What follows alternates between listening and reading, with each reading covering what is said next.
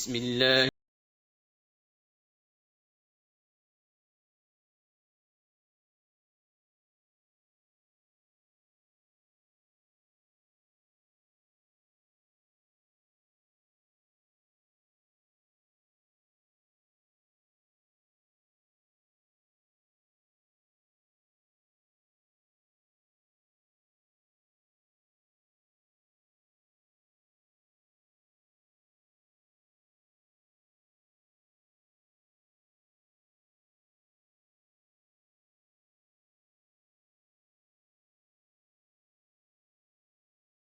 رب اعوذ بک من همزات الشیاطین واعوذ بک رب ان یحضرون بسم اللہ الرحمن الرحیم الحمد للہ وسلام علی عبادہ الذین اصطفى ولعنۃ الدائمۃ الباقیۃ علی اعدائهم اجمعین من الآن الی قیام یوم الدین اما بعد اوصیکم ونفسی بتقوی اللہ وقال علی بن ابی طالب علیہم الصلاۃ والسلام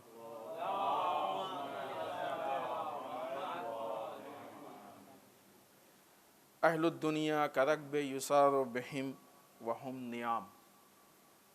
عزیزان محترم، اس پہلے خطبے میں سب سے پہلے اپنے نفس کو اور آپ سب کو تقوی پروردگار کی دعوت دیتے ہوئے، اس لیے کہ تقوی پروردگار کی دعوت خطبہ جمعہ کے جز میں سے، اور حکم پروردگار ہے کہ ہر ہفتے تقوی پروردگار کی طرف دعوت دی جائے۔ خداوند متعال کچھ چیزوں کا ریپیٹ چاہتا ہے۔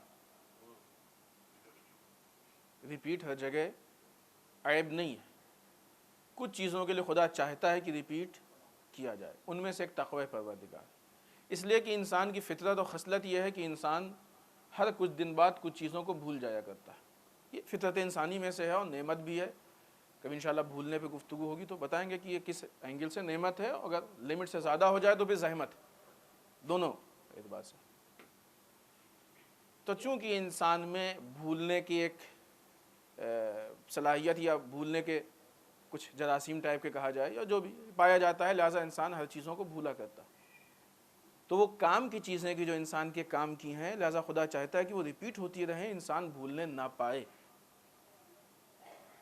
یہ بھی ایک ہمارے لیے بہت اہم ٹاپک ہے کہ ہم ان چیزوں کو دیکھیں کہ خداوند متعال کن چیزوں کو ریپیٹ کرانا چاہتا ہے، اور جب یہ معلوم ہو جائے کہ خدا کن چیزوں کو ریپیٹ کرنا چاہتا ہے تو یہ دیکھیں کہ کیوں کرانا چاہتا ہے۔ مثلا کیوں کہا کہ ہر نماز میں پہلی اور دوسری رکعت میں سورہ حمد پڑھی جائے، بغیر اس کے نماز نہیں ہے۔ تو غور کریں کہ سورہ حمد میں ایسا کیا ہے کہ خدا چاہتا ہے کہ ہم روز 10 مرتبہ اس کو پڑھیں؟ مستحب ہے دوسرے سورہ، کیوں مستحب ہے؟ بالآخر وہ بھی ضروری نہیں، لیکن ریپیٹ کی طرف دعوت تو ہے۔ ہر جمعے کو سورہ جمعہ پڑھا جائے۔ اسی طریقے سے ہم اس پہ غور کریں کہ خداوند متعال ہر ہفتے تقوی پروردگار سے متعلق گفتگو کیوں کرانا چاہتا ہے۔ یعنی تقوی پروردگار وہ اہم چیز ہے کہ خدا نہیں چاہتا ہے کہ بندہ کسی بھی لمحے اس کو فراموش کرے، بھول جائے۔ ہمیشہ انسان کو بعنوان تقوی چارج رہنا چاہیے۔ اگر انسان تقوی پروردگار کو بھول گیا تو یوں سمجھ لیجئے کہ وہ بندگی کو بھول جائے گا، وہ اپنی انسانیت کو بھول جائے گا، وہ اپنی حقیقت کو بھول جائے گا، وہ اپنی ذمہ داریوں کو بھول جائے گا۔ لہذا تقوی پروردگار ہر لمحے ہمارے ذہن میں محفوظ ہونا چاہیے۔ ہمیشہ کی طرح سب سے پہلے مولا کے کلام و خطبے میں سے ایک جملہ کی جو کہ متقین کے صفات میں سے ہے، آپ کے سامنے پیش کریں۔ اس ہفتے جو جملہ ہے اس میں مولا فرماتے ہیں کہ یہ متقی وہ لوگ ہیں کہ ان کی آنکھوں کی ٹھنڈک لازوال نعمتوں میں ہے۔ آنکھوں کی ٹھنڈک ایک محاورہ ہے نا، جس چیز کو دیکھ کے انسان کو سکون ملے کہا تھا یہ آنکھوں کی ٹھنڈک ہے۔ جس چیز کو دیکھ کے انسان کو اطمینان ملے، انسان مطمئن ہو جائے، اس کو کہا تھا کہ آنکھوں کی ٹھنڈک ہے۔ عام طور سے اولاد کے لیے چیز کہی جاتی ہے کہ وہ آنکھوں کی ٹھنڈک ہے۔ بعض لوگوں کے لیے مال آنکھوں کی ٹھنڈک ہے، بعض لوگوں کے لیے بنگلہ گاڑی، جیسے جس کی وہ آنکھوں کی ٹھنڈک۔ بعض لوگوں کو ان کا عہدہ بہت اچھا پسند ہے، ان کے لیے وہ آنکھوں کی ٹھنڈک۔ مولا فرماتے ہیں کہ متقین وہ لوگ ہیں کہ ان کے لیے لازوال نعمتیں۔ لازوال کسے کہتے ہیں؟ وہ جس میں زوال نہ ہو، یعنی وہ انحطاط کی طرف نہ جائیں، یعنی کہ کم نہ ہو، ختم نہ ہو۔ وہ آتا ہے نا نماز کے وقت میں، نماز ظہر کا وقت اول زوال ہے، جب سورج ایک دم اوپر جا کے جب نیچے آنا شروع ہوتا ہے اس کو کہتے ہیں زوال. تو زوال کسی چیز کا کم ہونا، ختم ہونا، کسی چیز کا نیچے کی طرف آنا، اس کو زوال کہا جاتا ہے. متقی وہ لوگ ہیں کہ جو ایسی نعمتوں پہ ان کی نگاہ ٹکتی ہی نہیں کہ جن کے اندر زوال پایا جاتا. ان کی آنکھوں کی ٹھنڈک کیا ہے؟ لا زوال نعمتیں، جس میں کوئی زوال نہ ہو. وہ نعمتیں کہ جو کبھی نیچے کی طرف جائیں ہی نہ، ہمیشہ بلند رہیں. اب آپ دیکھیے ہماری آنکھوں کی ٹھنڈک، اب یہ ہر انسان خود فیصلہ کرے، خود تجزیہ کرے، کسی سے بتانے کی چیز نہیں ہے اور نہ ہی کسی سے پوچھنے کی چیز ہے. خود فیصلہ کیجئے، خود سوچئے کہ آیا ہم کو کس چیز سے زیادہ سکون ملتا ہے، کس چیز کو دیکھنے زیادہ سکون ملتا ہے، کس چیز کو حاصل کرنے زیادہ سکون ملتا ہے، کس چیز کے لیے ہم بھاگا کرتے ہیں صبح و شام، کس چیز کی ہم محنت کر رہے ہیں. ہماری آنکھوں کی ٹھنڈک کیا؟ اگر کسی کے لیے آنکھوں کی ٹھنڈک اس کا مال ہے تو بہرحال مال میں زوال ہے، آج ہے کل کم ہو جائے گا، ختم ہو جائے گا. یا مال خدا نہ خواستہ ختم ہو جائے گا، یا انسان اس دنیا چلا جائے گا، بالآخر اس کے لیے تو زوال ہو گیا نا. قبر میں تو کوئی مال لے کے نہیں جائے گا. مکان اگر آنکھوں کی ٹھنڈک ہے تو مکان میں زوال ہے. گاڑی اگر آنکھوں کی ٹھنڈک ہے تو گاڑی میں زوال ہے. پھر تاکید کریں کہ ان چیزوں سے اسلام نے منع نہیں کیا ہے، لیکن ان کو انسان اپنی آنکھوں کی ٹھنڈک نہ بنائے. حاصل کرنے سے منع نہیں کیا ہے، لیکن ان چیزوں کو زندگی کا مقصد نہ بنائے انسان. دنیا کی جتنی نعمتوں کو آپ گنیں گے، ان ساری نعمتوں میں زوال پایا جاتا ہے. لیکن اگر یہی ساری نعمتیں مرضی معبود کے مطابق استعمال کر لی جائیں تو یہ نعمتیں لازوال بن جاتی ہیں. اگر یہی مال ارادہ پروردگار کے مطابق محفوظ کر لیا جائے، یعنی خدا کے راستے میں خرچ کر دیا جائے، تو دکھنے میں مال تو چلا جاتا ہے لیکن خدا کے نزدیک وہ مال محفوظ ہو جاتا ہے. یہی جو زوال والی نعمت تھی یہ لازوال والی بن گئی ہے کہ نہیں؟ ہم لوگ سمجھتے ہیں کہ جو مال ہمارے بینک میں گیا وہ محفوظ ہے. نہیں، وہ نہیں محفوظ ہے. جو راہ خدا میں واقعی خرچ ہوا، خدا کی مرضی کے مطابق خرچ ہوا، اس میں بھی شرائط ہے. ایسا نہ ہو کہ ہم نے کہیں پہ دیا تو بعد میں یہ بھی ارادہ ہو کہ لوگوں کے سامنے اعلان ہو کہ فلاں صاحب نے اتنا دیا. وہ ان کو نہیں دیا، وہ اعلان کے لیے دیا ہے.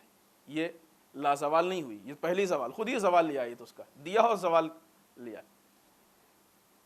اپنے شرائط کے مطابق اگر انسان نے راہ خدا میں ان چیزوں کو خرچ کر دیا، دینداری کے لیے کوئی کام کیا، اس نے عمل صالح کیا. ایک جملے میں اگر کہا جائے عمل صالح وہ نعمت ہے کہ جو لازوال. اس کے اجر میں جو چیزیں خداوند متعال انسان کو دیتا ہے وہ لازوال. جنت لازوال ہے، اجر و ثواب لازوال ہے، نعمات جنت لازوال ہے. اور اس کے آگے اگر جائیے، اس سے بلند مرتبہ دیکھیے، کیونکہ نعمتوں میں بھی تو مرتبے فرق ہے نا. انسان کی فطرت ہوتی ہے، جو انسان کا جتنا معیار بلند ہوتا ہے اس کی نگاہیں بھی اتنی ہی اونچی چیز پر ٹھہرتی ہیں. چھوٹے موٹے لوگ چھوٹی موٹی چیزوں کو دیکھ کے صبر کر لیتے ہیں، لیکن بڑے لوگ بھلے ہی پیسہ زیادہ خرچ ہو لیکن چھوٹی موٹی چیزوں پر ان کی نگاہ نہیں ٹکتی. بھلے ہی چاہے اسراف کی حد تک آ جائیں لیکن بڑی چیز ان کو پسند آتی ہے. کوالٹی ہر آدمی کا اپنا ایک معیار. اسی طریقے سے خدا کے راستے میں بھی کام کرنے والے، اگر آپ دنیا و آخرت دونوں کو بھی ملا لیجئے تب بھی اگر انسان کا معیار بلند ہوگا تو مال پہ اس کی نگاہ نہیں ٹکے گی، نعمات دنیا پہ اس کی نگاہ نہیں ٹکے گی. حتیٰ کہ اگر واقعی اللہ والا ہے تو اجر و ثواب و جنت و سلسبیل و کوثر پہ بھی اس کی نگاہ نہیں ٹکے گی. اس لیے کہ خداوند متعال نے اعلان کیا ہے رضوان من اللہ اکبر، اللہ کی دنیا کی سب سے بڑی چیز اللہ کی ذرا سی مرضی. اللہ کی ذرا سی مرضی مل جائے یہی سب سے بڑی چیز ہے. تو بڑے لوگ چھوٹی چیزوں پہ اکتفا نہیں کرتے ہیں. اب انسان دیکھے گا کہ سب سے لازوال نعمت جو ہے وہ رضائے پروردگار ہے، لہذا اس کی نگاہ چھوٹی چیزوں پہ ٹکنے والی نہیں ہے، یہ بڑی چیزوں کو دیکھے گا. اور سب سے بڑی چیز نعمت رضائے پروردگار ہے. اب اگر انسان کو رضائے پروردگار مل گئی تو پھر جنت اور سلسبیل و کوثر و حور جنت اور جنت میں مکان اور پیڑ اور پودے اور یہ باغ، یہ سب تو ضمنی چیز ہے، یہ خود بخود ہے نا، یہ اسکیم میں اس کے ساتھ وہ خود بخود آ جائیں گے. لہذا جو لوگ باقی رہنے والی نعمتوں کو حاصل کرنا چاہتے ہیں وہ دیکھیں کہ کن نعمتوں میں زوال ہے اور کن میں زوال نہیں ہے. بالخصوص اب انسان یہاں پہ ان معیاروں کو دیکھے اور دیکھنے کے بعد اس بات کا احساس کرے کہ ہم کس حد تک متقی ہیں. اگر ہمارے لیے یہ دنیا کی نعمتیں آنکھوں کی ٹھنڈک ہیں تو اس کا مطلب کہ وہ تقوی کی یہ صفت ہمارے لیے نہیں ہے، اس معیار پہ ہم متقی نہیں بنے۔ لیکن اگر انسان کی نگاہ میں لازوال نعمت آ گئی اور وہ اس کی آنکھوں کی ٹھنڈک کا باعث بن گئی، تو اس کا مطلب یہ کہ انسان متقین کے صفات میں قدم، اس صفت کے اینگل سے قدم رکھ چکا۔ اسی طریقے سے اولاد بھی، اگر انسان نے اولاد کو اپنے بڑھاپے کا سہارا بنایا کہ اس کو ایسی تعلیم دو تاکہ بڑھاپے میں ہم کو اچھا کھلا پہنا سکے، اگرچہ کوئی گارنٹی نہیں ہے، مطمئن نہیں رہیے گا، آج کی اولاد سے کوئی زیادہ، اس کی وجہ بھی ہے، اس کی وجہ بھی ہم ہی ہیں، کیونکہ ہم نے ان کو ایک طرفہ تعلیم دی ہے، اس کی وجہ کوئی اور نہیں ہے، ہم نے ان کو بتایا ہی نہیں کہ ماں باپ کی اہمیت کیا، ان کو خالی بزنس کا مال سمجھا ہے کہ کہاں لگائیں گے جو ریٹرن زیادہ آئے گا۔ انشاءاللہ کبھی اس پہ گفتگو کریں، کس جگہ لگائیں گے جہاں ریٹرن زیادہ ہے، اچھا ہے، تو ٹھیک ہے، وہ بھی بزنس کے حساب سے کام کر رہے ہیں، بزنس کے معاملے میں ماں باپ کی کوئی جگہ نہیں ہوا کرتی، اگر کوئی کر رہا ہے تو یہ الحمدللہ بہرحال اس کی نیک بختی ہے۔ تو اگر اولاد کو انسان نے اس اینگل سے پالا ہے کہ وہ اولاد ایک نیک اور صالح اولاد ہے، تو وہی اولاد اس کے لیے لازوال نعمت ہے۔ لیکن اگر اولاد کو انسان نے اس حیثیت سے پالا ہے کہ اولاد بڑھاپے میں ہم کو پیسہ کمانے کی مشین بن کے پیسے دے، تو یہ لازوال نعمت نہیں ہو سکتی ہے، اس لیے کہ مال میں ہمیشہ زوال آتا ہے اور ایک جگہ پہ جا کے پیسہ ساتھ چھوڑ دیا کرتا ہے۔ دیکھنا ہے کس اینگل سے پالا۔ لہذا دنیا کی ہر چیز زوال بھی اس میں پایا جاتا ہے اور وہ لازوال بھی بن سکتی ہے، دیکھنا یہ ہے کہ ہم اس کو کس اینگل سے یوز کرتے ہیں۔ آئیے، ہمیشہ کی طرح ہم نے مولا کے کلمات قصار میں سے جس کلمے کو ذکر کیا ہے، مولا اس میں فرماتے ہیں کہ اہل دنیا ان سواروں کی طرح ہیں کہ جو خود سو رہے ہیں اور ان کا سفر جاری ہے۔ اہل دنیا، یہ دنیا والے کہ جو دنیا حاصل کرنا چاہتے ہیں، ان کی مثال ان سوار کہتے ہیں جو کسی سواری پہ سوار، اس سوار کی مانند ہے، اس سوار کی طرح ہے کہ جو خود سو رہے ہیں، ان کا سفر چالو ہے، جاری ہے۔ سوار دو حیثیت سے ہوتا ہے، ایک سوار وہ ہوتا ہے جو خود ڈرائیو کرتا ہے، مثلا جیسے گھوڑے پہ جو لوگ سوار ہوتے ہیں تو گھوڑے کو خود چلاتے ہیں۔ اب اگر گھوڑا چلانے والا سو جائے تو یہ کہاں جائے گا؟ جہاں گھوڑا لے چاہے گا وہاں جائے گا۔ یہ جانے والا اپنی مرضی سے نہیں جائے گا، گھوڑا اپنی مرضی سے اس کو لے جائے گا۔ اسی طریقے سے اگر گاڑی ڈرائیو کرنے والا جائے، سو جائے، اگر ایکسیڈنٹ نہ ہوا تو تب بھی اس کو اپنی منزل پہ پہنچنا نصیب نہیں ہوگا۔ یقیناً ایکسیڈنٹ ہونا ہی، اگر گاڑی چلانے والا سو جائے تو کہیں نہ کہیں جا کے گاڑی بہرحال لڑ تو جائے گی۔ اگر اس کو ہم ڈرائیور کے اینگل سے دیکھتے ہیں تو یہ، اور اگر ڈرائیور کے اینگل سے نہیں دیکھتے ہیں،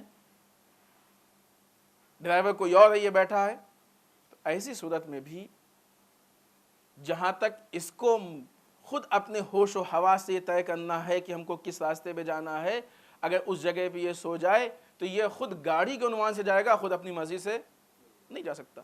آپ یہاں سے بیٹھے راستے میں کہیں جانے کے لیے اور آپ سو گئے، ٹرین اس اسٹیشن پہ پہنچے گی، رکے گی، لوگ اتریں گے، سوار ہوں گے، لیکن آپ چونکہ سو رہے ہیں، سوتے رہیں گے، ٹرین آگے نکل جائے گی۔ جب آنکھ کھلے گی تو معلوم ہوگا ہم تو اتنی دور آ گئے۔ حالانکہ ایسا نہیں ہے کہ آپ سے کوئی چیز چھپی تھی، سب چیز آپ کے سامنے تھی، جہاں بیٹھے تھے اسٹیشن سامنے آیا، بورڈ سامنے تھا، آئے گئے، جو بھی اسٹیشن کا اعلان ہوا سب کچھ آپ کے سامنے ہوا، کوئی چیز چھپی نہیں تھی۔ لیکن مشکل یہ تھی کہ آپ غافل تھے، مشکل یہ تھی کہ آپ غافل تھے۔ اس جملے میں مولا کائنات انسانوں کی غفلت کی طرف اشارہ کرنا چاہتے ہیں۔ سونے سے مراد یہاں پہ انسان کی غفلت ہے۔ عزیزان محترم، کچھ چیزیں ایسی ہیں کہ جو مولا کے کلام میں بہت زیادہ دیکھنے میں آئی ہیں۔ زبان سے متعلق مولا نے کئی مرتبہ کئی جگہوں پہ ارشاد فرمایا، آپ دیکھیں نا کلمات قصار کو دیکھیں، دوستوں سے متعلق کئی جگہوں پہ کہا ہے۔ اسی میں سے ایک یہ ہے، غفلت سے متعلق مولا نے الگ الگ اینگل سے کئی جگہوں پہ کہا، اس لیے کہ جو لوگ غافل ہو جاتے ہیں وہ جان بوجھ کے بے دینی کو اختیار کر لیتے ہیں۔ اہل دنیا وہ ہیں کہ جو دنیا کے معاملات میں پڑھ کے غافل ہو گئے ہیں، ایسے جیسے سو رہے ہیں۔ سونے میں بھی بعض اوقات لوگوں کے چلنے کی بیماری ہوتی ہے، بولنے کی بیماری ہوتی ہے، دیکھا ہے کہ نہیں؟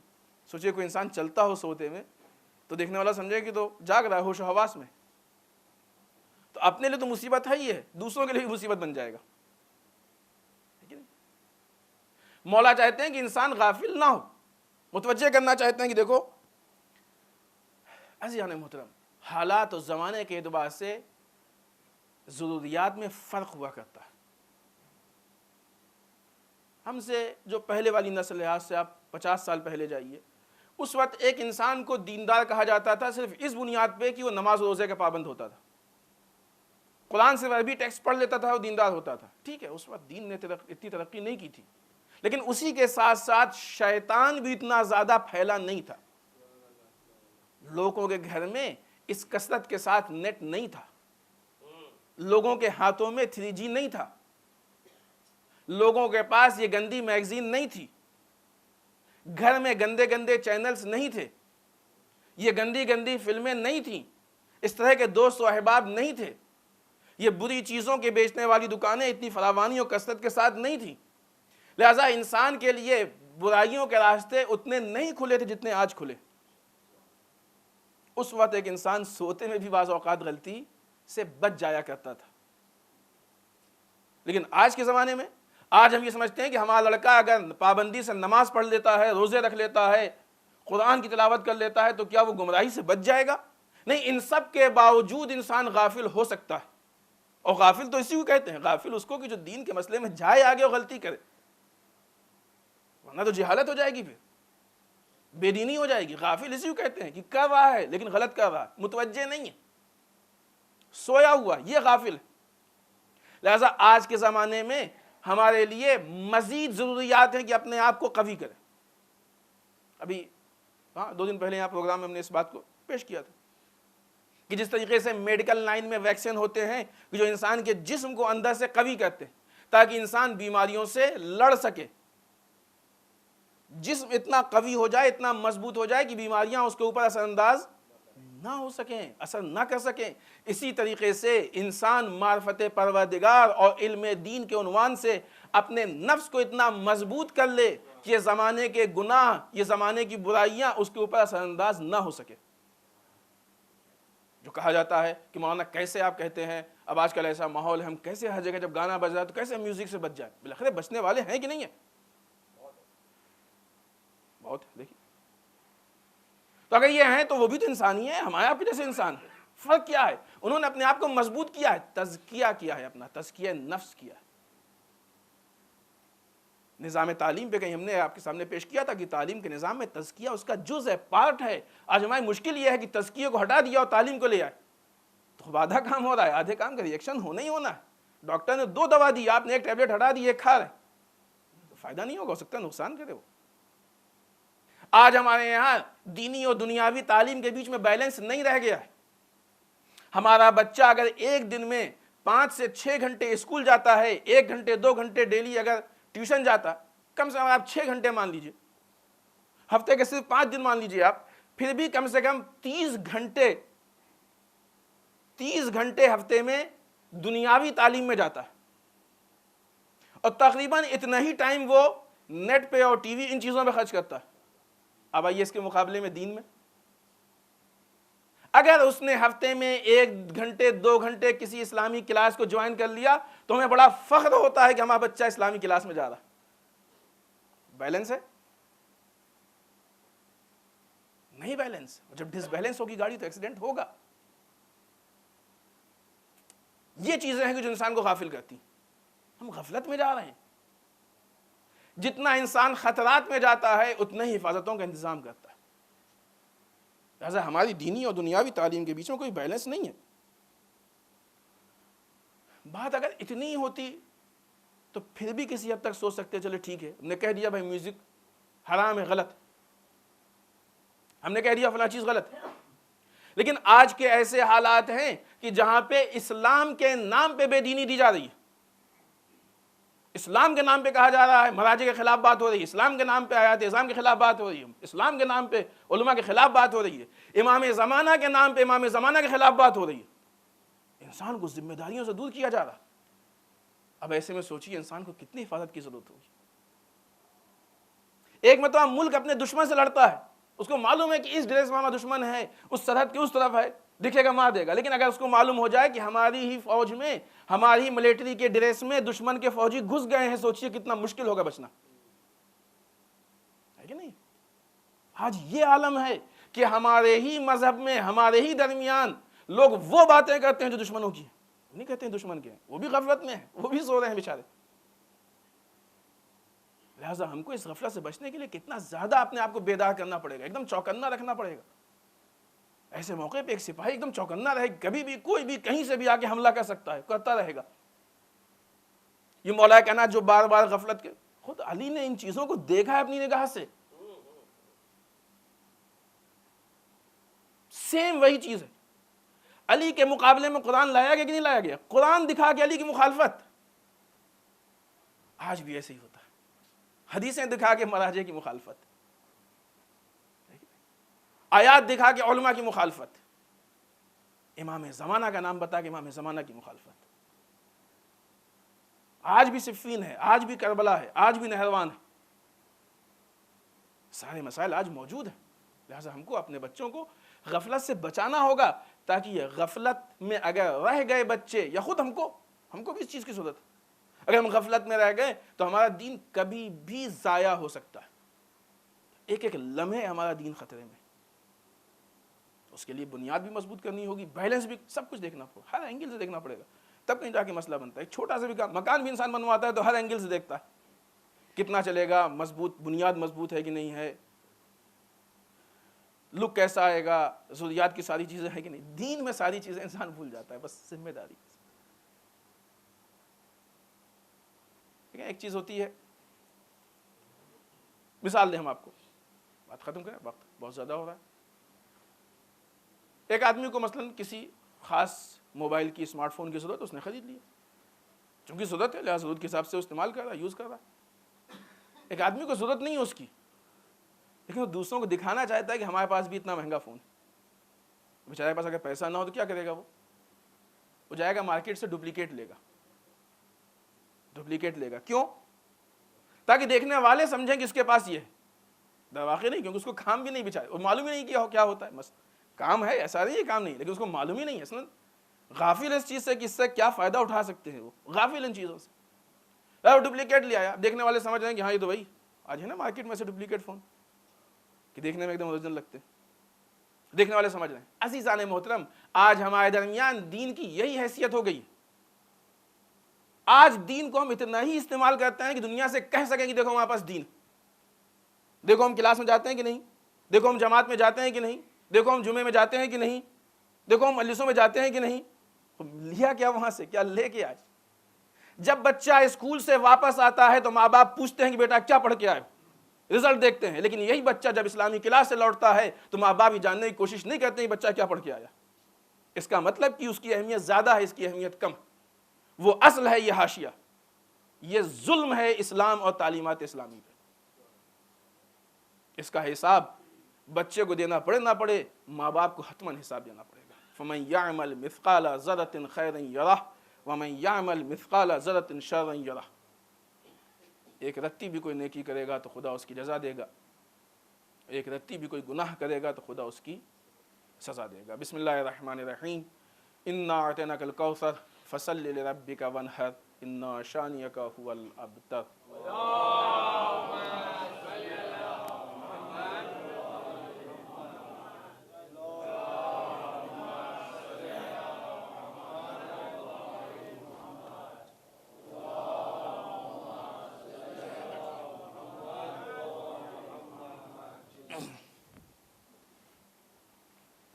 رب اعوذ بک من همزات الشیاطین واعوذ بک رب ان یحضرون. بسم اللہ الرحمن الرحیم. الحمد للہ الذی لا یبلغ مدحتہ القائلون ولا یحصی نعماءہ العادون ولا یؤدی حقہ المجتہدون. اللہم صل وسلم علی صاحب الدعوة النبویہ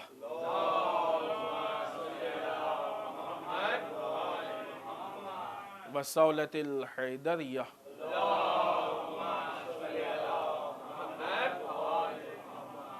والعصمة فاطمیہ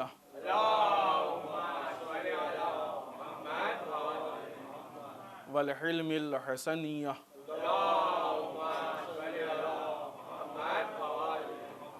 والشجاعة الحسینیہ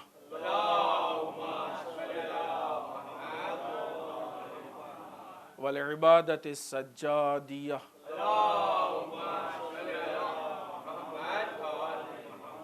والآثار الباقیہ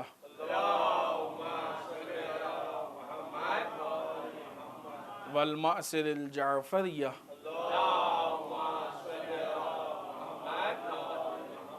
والعلوم القاظمیہ والرضاء الرضویہ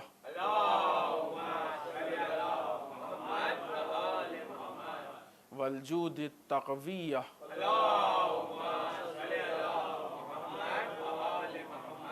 والنقاوة النقویہ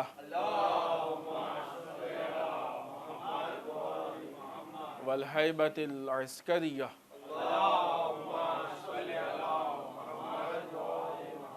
والغیبة الہیہ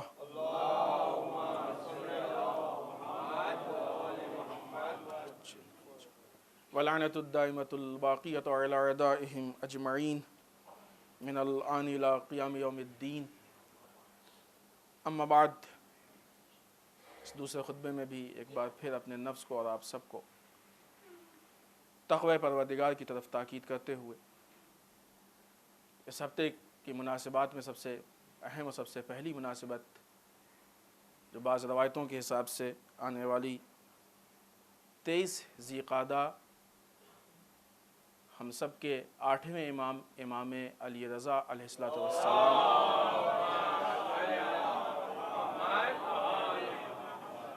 کے شہادت کی تاریخ سن 203 ہجری میں آپ کی شہادت ہوئی. بڑی ہی مظلومیت کے ساتھ آپ نے زندگی گزاری اور زندگی کا ایک اچھا خاصا حصہ آپ کا قید و بند میں قید خانے میں گزرا. غریب الغربا ہیں اس لیے کہ وطن سے دور آپ کو بلایا گیا اور وہیں پہ آپ کو دھوکے سے شہید کیا گیا. آپ کی زندگی میں ولایت عہدی ایک اہم موضوع ہے. ولایت عہدی کے ساتھ ساتھ آپ نے جو علمی مناظرے کیے ہیں یہ خود ایک موضوع ہے. اور وہ حکومت کی جو بہت ہی چرب زبانی کے ساتھ آپ کو اپنا خاص اور اپنے آپ کو مولا کا نزدیکی شو کرتی تھی، اس کے فتنوں سے اور اس کے سیاسی حربوں سے اپنے آپ کو محفوظ کر لینا یہ ایک بہت بڑا مرحلہ تھا. لہذا امام نے اپنی زندگی میں سیاسی اینگل سے بہت زیادہ دشمن سے مقابلہ کیا. خود مسئلہ ولایت عہدی یہ بہت بڑا سیاسی مسئلہ ہے. البتہ یہ اس سیاست کی بات ہے کہ جو سیاست دین کا پارٹ ہے، دین کا جز. وہ سیاست کی جو علی ابن ابی طالب نے انجام دی تھی، وہ سیاست نہیں جس کو آج مکاری اور فریب کاری کو سیاست کہا گیا. نہیں، یہ سیاست نہیں اصلا. خود مولا نے علمی مناظروں میں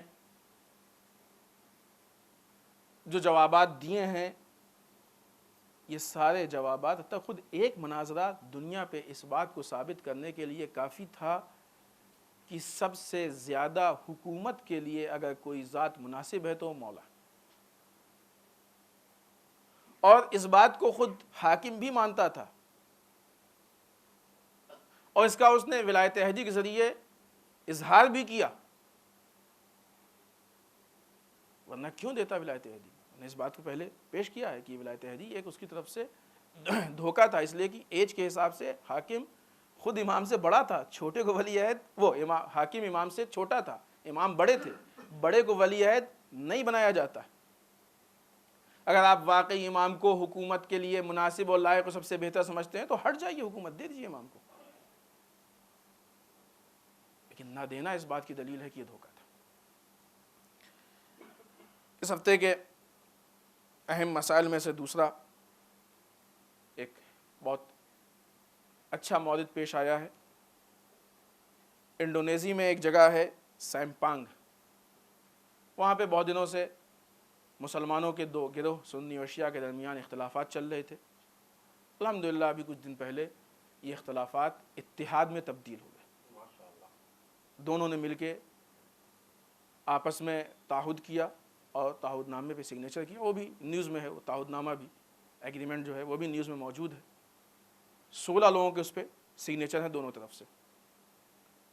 اس بیچ ایک برادران اہل سنت کی طرف سے آنے والے نمائندے نے اسٹیٹمنٹ دیا ہے کہ ہم اپنے درمیان دوستانہ روابط بنانے کے لیے جن غلطیوں کو ہم نے کیا ہے ان غلطیوں کے لیے ہم برادران اہل شیعہ سے، یعنی ان کا شیعوں سے معذرت کرتے ہیں، سوری بولتے ہیں، اور ان غلطیوں کے لیے ہم جبران کرنے کی کوشش کریں گے۔ جبران یعنی جو بھی اس کے لیے بدلہ ہو سکتا ہے، جو بھی ہم اس کے لیے کر سکتے ہیں کریں گے۔ اس کے جواب میں شیعوں کے ایک نمائندے نے، جو ان کے لیڈرز میں تھا، انہوں نے کہا کہ ہم تو بہت پہلے سے اس بات کے منتظر تھے کہ تمہاری غلطیوں کو معاف کر دیں، ہم تمہاری غلطیوں کو بدلہ لینے کے انتظار میں نہیں تھے کہ بدلہ لے کے اس جھگڑے کو ہم آگے بڑھائیں۔ جب اس طریقے سے پر حکمت فکریں ہوتی، یہ ائمہ کی سیرت میں ہے، یہ الگ سے نہیں ہے، یہ ائمہ کی سیرت میں، جب اس طریقے سے پر حکمت فکریں ہوتی ہیں تو پھر قومیں قتل و غارت ہونے سے بچ جایا کرتی ہیں۔ ورنہ اگر وہ لوگ یہ لوگ بہت دنوں سے اپنے گھروں کو چھوڑے ہوئے باہر ہیں خیموں میں، پہلے ان کی تاریخ دیکھیں تو معلوم ہوگا کہ یہ تعہد کتنا قیمتی ہے۔ ہسٹری اٹھا کے دیکھیں، بہت پہلے کی بات نہیں ہے، نیوز میں موجود ہے، یہ تاریخ اٹھا کے دیکھیں کہ ان لوگوں نے کیا برداشت کیا، کیا جھیلا ہے، پھر معلوم ہوگا کہ یہ ایگریمنٹ کتنا کارآمد اور کتنا قیمتی ہے۔ دوسری چیز جو اس ہفتے بہت اہم پیش آئی اور ہمارے لیے ایک بہت بڑی عبرت ہے، بیلجیم کی گورنمنٹ نے اپنے تعلیمی اداروں میں حجاب پہ، پردے پہ پابندی لگا دی، یعنی تعلیمی اداروں میں لڑکیاں حجاب میں اور پردے میں نہیں آ سکتی۔ ہم نے بارہا اس مسئلے پہ آپ سے کہا ہے کہ یہ بیماری بہت تیزی سے بڑھ رہی ہے اور یہ اس میں صرف مسلمان ٹارگٹ، ورنہ دیکھیے وہ چرچ کی عورتیں بھی تو سیم اتنے ہی لباس پہنتی ہیں نا، آج تک کسی نے کہا کہ وہ غلط ہیں، بری ہیں؟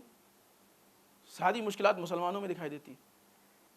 لیکن کیا کہنا ان خواتین کا کہ جو وہاں پہ تعلیمی اداروں میں علم حاصل کر رہی ہیں، انہوں نے کہا کہ ہم تعلیم چھوڑ سکتے ہیں مگر حجاب نہیں چھوڑ سکتے۔ اس بات کو، اس جملے کو غلط اس سے نہ لیا جائے۔ بعض لوگ کہیں دیکھیں مسلمان جاہل ہو سکتا ہے لیکن کٹر پنتھی سے نہیں، ایسی بات نہیں۔ بات جب ہوتی ہے تو انتہائی امر کی ہوتی ہے، ایسا نہیں کہ وہ چھوڑ کے بیٹھ جائیں گے، نہیں، جس کے اندر اتنا حوصلہ ہے وہ پہلے لڑے گا۔ اور تاریخ میں ایسے، ابھی تاریخ سے مطلب بہت پرانی تاریخ نہیں ہے، ایسے واقعات موجود ہیں کہ لڑکیوں نے کیس لڑا ہے اور لڑنے کے بعد وہ کیس جیتی ہیں اور حجاب کے ساتھ گئی ہیں اپنے کلاس میں۔ ایک چیز۔ دوسری چیز، بات تعلیم سے مطلب یہ نہیں کہ ہم آپ کے اسکول میں آئیں گے تبھی ہم کو علم ملے گا۔ آپ کا اسکول سرٹیفکیٹ کا ذمہ دار ہے، علم محدود نہیں ہے اس کے اندر۔ اس فرق کو پہچانیں عزیزوں۔ تعلیم انسان کو اپنے گھر کے اندر بھی مل سکتی ہے، ایجوکیشن انسان اپنے گھر کے اندر بھی حاصل کر سکتا ہے، پرائیویٹ انسٹیٹیوٹ میں بھی حاصل کر سکتا ہے۔ ایسی جگہوں پہ انسان جاتا یہ ہے کہ یہاں پہ تعلیم کے ساتھ ساتھ سرٹیفکیٹ بھی ملتا ہے۔ ہم حجاب کو تعلیم کے لیے قربان کر رہے ہیں یا سرٹیفکیٹ کے لیے؟ سوچنے کی چیز ہے۔ آج مشکل یہی ہے، ہم نے بارہا اس چیز کو کہا ہے، حد اقل جہاں پہ ایسے کوئی مسائل نہیں ہیں، مشکلات نہیں ہیں، وہ لوگ اس حجاب کو باقی رکھیں۔ ایک تو وہ بے حجابی کی حرمت اور گناہ سے بچیں گے، دوسرا یہ کہ حجاب محفوظ رہے گا۔ جب ہم خود ہی بے حجاب ہوں گے تو دوسرے کو قانون بنانے میں کوئی مشکل نہیں پیش آئے گی۔ ہم محافظ حجاب بنیں، حجاب کی حفاظت کرنا یہ ہماری ذمہ داری ہے۔ موجودہ حالات میں ہونے والا بہت بڑا سانحہ کینیا کا حملہ یقیناً بہت غلط سانحہ ہے، اور جس نے بھی کیا ہے وہ غلط کام کیا ہے، اس نے چاہے وہ جس عنوان سے کیا۔ اگر کوئی اپنے آپ کو مسلمان کہتا ہے اور اس نے کیا ہے تو مسلمان نہیں ہو سکتا ہے، اور اسلام کا ان چیزوں سے کوئی ربط بھی نہیں ہے۔ اب یہ دنیا کی ایک سازش ہے کہ جب مسلمان کوئی کانڈ کرتا ہے تو کہا جاتا ہے مسلمان نے کیا، اور کوئی نان مسلم، کوئی دوسرا انسان کوئی کانڈ کرتا ہے تو نام لیا جاتا ہے کہ اس نے کیا۔ یہ ایک ہمارے میڈیا کا مزاج بن گیا۔ میڈیا کو وہ چیزیں زیادہ دکھائی دیتی ہیں کہ جہاں مسلمان کے خلاف بات ہو۔ آج پورے، ہم یہ نہیں کہہ رہے کہ یہ بہت غلط ہوا، اس کے بھی ہم اسی شدت سے مخالف ہیں۔ آج پوری دنیا میں کتنے، ابھی بھی کچھ دن پہلے عراق میں بلاسٹ ہوا، سیریا میں کتنا ہنگامہ ہو رہا ہے، بحرین میں کیا کچھ نہیں ہو گیا، مصر میں کیا نہیں ہو رہا ہے، میڈیا کو اس میں سے کچھ نہیں دکھائی دیا۔ آپ دیکھیں نا میڈیا کا تعصب پنا اور سوتیلا پنا دیکھیے۔ اس مسئلے کو میڈیا نے کیسے اچھالا۔ اس چیزیں ہم کو غفلت سے بیدار کرتی ہیں کہ ہمارے ساتھ کیا کھیل کھیلا جا رہا ہے۔ عزیزان محترم جو بھی یہ کام کرنے والے ہیں، چاہے وہ کلمہ پڑھ کے کریں، چاہے وہ اللہ اکبر کہہ کے کریں، یہ کربلا کی یاد اور عزاداری اس بات کی دلیل ہے کہ ہم یہ اللہ اکبر کے نعروں کے دھوکے میں نہیں آنے والے ہیں۔ قتل شبیر بھی نعرہ تکبیر کے ساتھ ہی ہوا تھا، لیکن آج بھی ہم یزیدیت کی مخالفت کر کے بتاتے ہیں کہ ہم نعروں میں دھوکہ نہیں کھاتے ہیں، ہم حقائق کو دیکھا کرتے ہیں۔ کون حقیقتوں کے ساتھ ہم ان کو دیکھا کرتے ہیں۔ نعرہ تو کوئی بھی لگا لیتا ہے، نعرہ لگانا کوئی مشکل نہیں ہے، البتہ نعرہ تکبیر اسلامی نعرہ ہے، بہت ریسپیکٹڈ نعرہ ہے، اور اصل اس کے وارث ہم ہیں، یعنی شیعان اہل بیت کے چاہنے والے۔ اگر کوئی دوسرا اس نعرے کا استعمال کرتا ہے، مس یوز کر رہا ہے، ہمارے مال کو اس نے چھین لیا ہے، اگر دشمنان اسلام میں سے۔ ایک اور اہم چیز جو آپ کے شہر سے متعلق، ظاہراً غفلت سے بیدار کرنے کے لیے بہت اہم ہے، ورنہ اگر اس چیز کو نہ پیش کیا جائے تو شاید لوگوں کو غافل کرنے میں ان لوگوں کو زیادہ مدد ملے گی۔ اگر آپ کو یاد ہو تو کچھ دن پہلے ہمارے یہاں کے ایک اسلامی چینل ون چینل نے ایک پروگرام ریلے کیا تھا، جس میں یہ سوال کیا گیا تھا مختلف شہر کے علماء سے، شاید 12-14 علماء تھے، کہ آیا تشہد میں علی ولی اللہ پڑھ سکتے ہیں کہ نہیں، یا مثلاً اس مسئلے کو کوئی عریضہ لکھ کے امام سے پوچھ سکتا ہے اور کوئی استخارہ دے کے، اس طرح کا ایک پروگرام ریلے ہوا تھا۔ اس پروگرام کے بعد ایک ادارے نے اپنے لیٹر ہیڈ پہ رسماً ون چینل کو یہ خط لکھا اور اس میں ان سارے علماء کے نام لکھے، اور شاید اضافی بھی، کہ ہم ان لوگوں سے اوپن ڈیبیٹ کرنا چاہتے ہیں، بحث کرنا چاہتے ہیں، جس کو اسلام کی نگاہ میں مناظرہ کہتے ہیں، ہم ان سے اوپن ڈیبیٹ کرنا چاہتے ہیں، آپ ڈیبیٹ ارینج کرائیں۔ تھوڑا اسی کی وضاحت کرنا چاہتے ہیں۔ یہ اصل میں لیٹر لکھنے والا شاید اپنی حیثیت کو یا پہچانتا نہیں یا بھول گیا، اس لیے اس نے اتنی بڑی بات لکھ دی، چھوٹا منہ بڑی بات۔ دیکھیں، یہ جو علی ولی اللہ تشہد میں پڑھنے والی بات ہے، سب سے پہلے تو ہم یہ وضاحت کر دیں، تشہد میں علی ولی اللہ پڑھنے اور نہ پڑھنے سے ولایت کا مسئلہ اس سے کم یا زیادہ نہیں ہوتا ہے۔ ولایت انسان کے عمل کی چیز ہے۔ نماز کو پہچانیے کہ ولائی نماز ہے کہ نہیں، ہمارا تو مسلح پہچان میں آ جاتا ہے کہ ولائی مسلح ہے کہ نہیں۔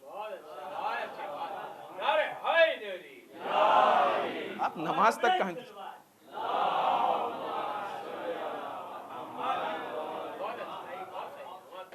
آپ نماز تک کہاں انتظار کر رہے ہیں؟ اذان و اقامت بتا دیتی ہے کہ ولائی اذان ہے، ولائی اقامت، شروعات ولایت سے ہو جاتی ہے، اتنا انتظار کون کرے گا؟ ولایت کا تعلق انسان کے دل سے ہے، ورنہ زبانی اقرار دعوے کرنے والے بہت سے تاریخ میں گزر نہیں چاہتے کہ ان کا نام لیں۔ اس زبانی دعووں سے ولایت عمل میں نظر آتی ہے۔ جتنا دوسروں نے ولایت کا زبانی دعویٰ کیا اتنا سلمان نے نہیں کیا تھا، لیکن ہر موقع پہ سلمان کھڑے نظر آئے۔ ولایت اس کو کہتے ہیں۔ آئیے بہرحال ہم کو اس اینگل سے بھی بات نہیں کرنی ہے، وقت بہت کم بچا ہے۔ عزیزان محترم، تشہد میں علی ولی اللہ پڑھنا ہے کہ نہیں پڑھنا ہے، یہ مناظرے کا موضوع نہیں ہے، یہ اجتہاد کا موضوع ہے۔ کس کا فتویٰ ہے؟ آپ کس کی تقلید کرتے ہیں؟ آپ جس کی تقلید کرتے ہیں اس پہ عمل کیجئے، ہم جس کی تقلید کرتے ہیں ہم کو عمل کرنے دیجئے۔ کیوں دوسرے پر فورس ہو رہا ہے نہیں پڑھو پڑھو پڑھو؟ ہر آدمی کو معلوم ہے کہ ہمارے مرجع نے کیا کہا، اپنا عمل کرنا جانتا ہے وہ۔ لہذا یہ مناظرے کا ٹاپک ہے ہی نہیں، یہ اجتہاد کا ہے۔ اور اگر آپ کے اندر اجتہاد کی صلاحیت ہے تو ٹھیک ہے، آپ اجتہاد کیجئے، اپنے توزن مسائل نکال دیجئے۔ جس کو تقلید کرنا ہوگا تقلید کرے گا، عمل کرے گا۔ ہاں، اگر آپ اس کو ٹچ ہی نہیں کرنا چاہتے ہیں تو صاف صاف بتائیں کہ آپ اخباریوں کے نام پہ آ رہے ہیں۔ نام پہ ہم نے اس لیے کہا کہ ہمیں معلوم ہے کہ آج کے زمانے میں جتنے اس طرح کے لوگ، ان میں سے کوئی بھی اخباری نہیں، اس لیے کہ اخباری ہونے کے لیے جتنے علم کی ضرورت ہے اس کا ایک تولہ بھی ان کے پاس نہیں ہے۔ اخباری یعنی تمام روایتوں پہ انسان کی مکمل نظر ہونی چاہیے اور ہر جگہ اپنے مسئلے کو اپنی دیکھی ہوئی روایت کے مطابق حل کر سکے۔ بتائیے کون ہے ان میں سے؟ الف ب نہیں جانتے ہیں، الفابیٹ نہیں جانتے ہیں، نہیں ہو سکتے یہ اخباری بھی، اگرچہ وہ بھی غلط ہے، یہ اخباری بھی نہیں ہے۔ خوب اجتہاد کو مان نہیں رہے ہیں، اخباری ہیں نہیں تو اب ہیں کیا؟ پہلے یہ تو طے ہو آپ کیا ہیں، پہلے اپنی حقیقت کو سمجھیں آپ خود، پھر ہم کو بتائیں کہ آپ ہیں کیا، کس اینگل سے آنا چاہتے ہیں آپ۔ ایسا یہ اصلاً موضوع اس کا ہے ہی نہیں مناظرے کا، آپ کو کرنا جائے کسی آیت اللہ سے کہیں، اگرچہ یہ بہت بڑی بات ہو جائے گی۔ اگر سوالات کسی کے ذہن میں کچھ ہیں تو بہت سے لوگ سوال پوچھتے ہیں، یہاں بھی لوگوں نے آگے ہم سے پوچھا ہے، جواب بھی دیا ان کو۔ جس طریقے سے عام طریقے سے لوگ سوال پوچھتے ہیں، سوال پوچھنا اور ہے، سوال کے پیچھے سازشوں کا کرنا اور ہوا کرتا ہے۔ سازشی سوال نہ ہونا چاہیے۔ سوال کیجئے، نارمل طریقے سے سوال کیجئے، علماء جواب دیں گے، لا ماشاء اللہ پورے بامبے میں علماء موجود ہیں اور باصلاحیت علماء ہیں، وہ جواب دیں گے، آپ سوال کیجئے نارمل طریقے سے۔ مناظرے کی دعوت، چلے فرض کر لیجئے ہم نے مان لیا مناظرہ ہونا ہے، بالفرض خب یہ جتنے علماء کے نام ہیں جو جن میں سارے بزرگان بھی تقریباً ہمارے بلکہ ہیں شامل، ایک طرف سے علماء، کیونکہ سب یہ کہتے ہیں کہ تشہد میں علی ولی اللہ نہیں پڑھنا چاہیے، سارے علماء کہتے ہیں، اور آپ اکیلے کہتے ہیں کہ پڑھنا چاہیے، ایک طرف آپ بیٹھ گئے، ایک طرف سارے علماء بیٹھ گئے، فیصلہ کون کرے گا؟ سارے علماء تو آپ کے مقابل کی پارٹی میں بیٹھ گئے، آپ سارے علماء کے خلاف ہو گئے، اب بتائیے کہ اس مسئلے میں فیصلہ کون کرے گا کہ کس کی بات کس کی دلیلیں صحیح ہیں؟ ہے کوئی فیصلہ کرنے والا؟ وہ اگر ان میں سے ہم کچھ علماء کو نکال بھی دیں کہ یہ فیصلہ کریں گے تو تاریخ گواہ ہے کہ اسی بامبے میں سارے علماء نے متفق اور متحد ہو کے فیصلہ کیا تھا، اور اسی ذات نے اس فیصلے سے انکار کر کے بتا دیا کہ اس کی نگاہ میں علماء کی کوئی رسپیکٹ نہیں۔ جو ذات سارے علماء کی توہین کر سکتی ہے کچھ علماء کی نہیں کر سکتی۔ پہچانیے آپ ان چیزوں کو، سارے علماء غلط تھے۔ معلوم یہ ہو کہ مناظرہ نہیں ہے، یہ فتنہ پیدا کرنے کا بہانہ ہے۔ مسئلہ اس کا نہیں ہے کہ جواب دے سکتے کہ نہیں، دیکھنا یہ پڑتا ہے کہ سامنے والا لائق جواب ہے بھی کہ نہیں ہے۔ قرآن نے کہا کتنے لوگوں کے لیے قالوا سلاما، سلام کر کے چھوڑ دو ان کو، جواب مت دو ان کا۔ جاہلوں کا جواب خاموشی ہوا کرتی ہے۔ پڑھا کہاں ہے آپ نے؟ پہلے بتائیں تو۔ عزیزوں، مناظرہ ہمیشہ ہم پلہ میں ہوا کرتا ہے، دونوں طرف برابر ہونا چاہیے۔ ایک طرف ہمارے پاس وہ علماء ہیں جنہوں نے حوزہ علم یعقوب میں درس خارج تک پڑھا ہے، اجتہاد کے نزدیک پہنچے ہیں، ایک طرف وہ ذات ہے جس نے کسی ادارے کا منہ نہیں دیکھا۔ آیا مناظرہ ہوگا ان کے بیچ؟ سامنے بیٹھ جانا ہی ان کی توہین ہے۔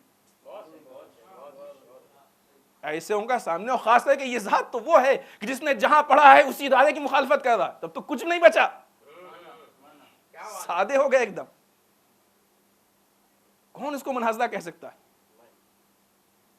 اصلا ہوش و حواس کے خلاف بات ہے، عقل کے خلاف بات ہے، لوگوں کو غافل کرنے کی بات ہے۔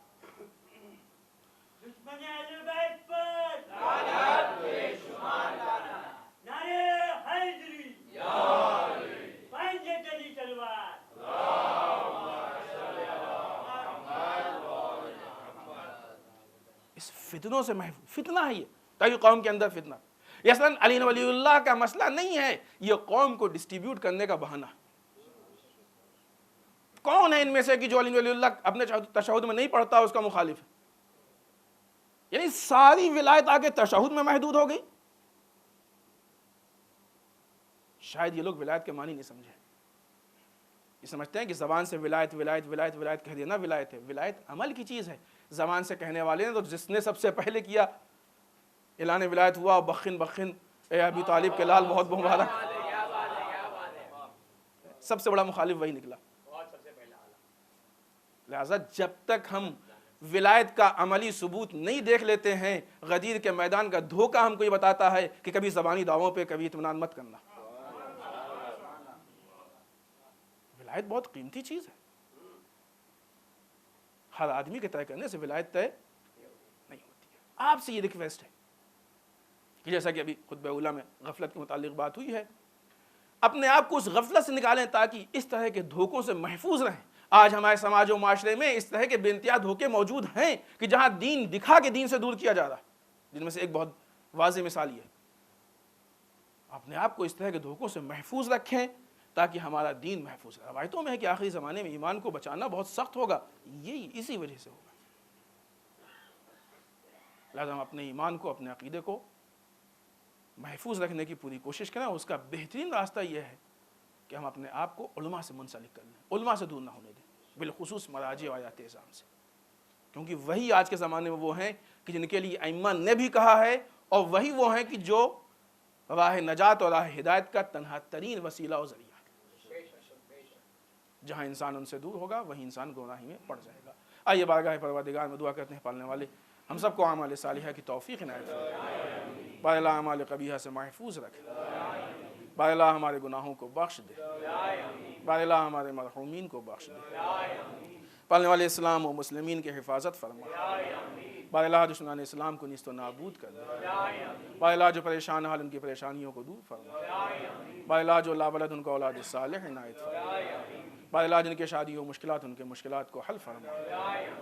کچھ لوگ بیمار انہوں نے بالخصوص التماس سے دعا کی ہے، پالنے والے ان لوگوں کو شفاء کاملہ و عاجلہ عنایت فرما، پالنے والے ہمارے علماء کا سایہ ہمارے سروں پہ باقی رکھ، بار اللہ رہبر و مراجع کو طول عمر عنایت فرما، بار اللہ امام کے ظہور میں تعجیل فرما، ہمیں ان کے اعوان و انصار میں شریک ہونے کی توفیق عنایت فرما۔ ربنا تقبل منا انک انت السمیع العلیم، بسم اللہ الرحمن الرحیم، قل هو اللہ احد اللہ الصمد لم یلد ولم یولد ولم یکن لہ کفوا احد۔